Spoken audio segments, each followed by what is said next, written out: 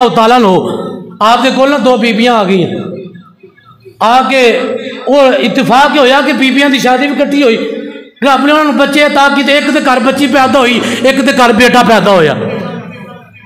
जी एक दूजे इख्तलाफ हो गया बीबियां का बीबी एक आंदी है पुत्र मेरा दूजी कहती है कि पुत्र मेरा है इख्तलाफ हो गया हुण इहदा फैसला कौन कोई करे अदालत इहदा फैसला वही कर सकता है जिहड़ा दरे मुस्तफा के टुकड़े खान वाला कोई हुंदा है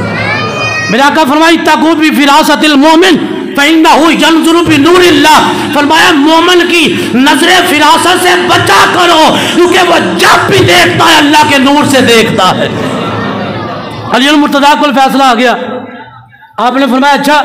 दो बीबियों ने हुक्म दिता फरमाया अपना अपना दुध लैके आओ तो मैं फैसला कर देवांगा ना DNA टेस्ट है ना कोई ऐसी लेबार्टरी टेस्ट किया गया वो बीबियां आ गई जनाब तो अपना दुध लिया के पेश किया अली मुर्तजा शेरे खुदा रज़ी अल्लाह तआला हो आपने एक तराजू बुलाया तराजू मंगवा के मौला कायनात ने जेड़ी सैड का दुध भारा सी आपने फरमाया पुत्र तेरा है दूजी औरत ने फरमाया बेटी तेरी है उन्हें आखिया सरकार रौला पै गया अली कैवें फैसला किया जे हो सकता है गलत हो जाए फरमाया नहीं नहीं अल्लाह का कुरान कहता है कि मर्द वास्ते दो हिस्से ने औरत वास्ते एक ही हिस्सा है मैं रब ने कुरान का दामन थाम के कहता हूँ अल्लाह ने जो बेटा जब पैदा होता है जो माँ को दूध उसके सीने में उतारता है वो दूध वजनी होता है जब बेटी पैदा होती है माँ के सीने में जो दूध उतरता है वो हल्का होता है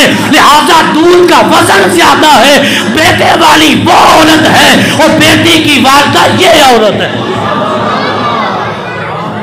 ये मेरे अली का इल्म है।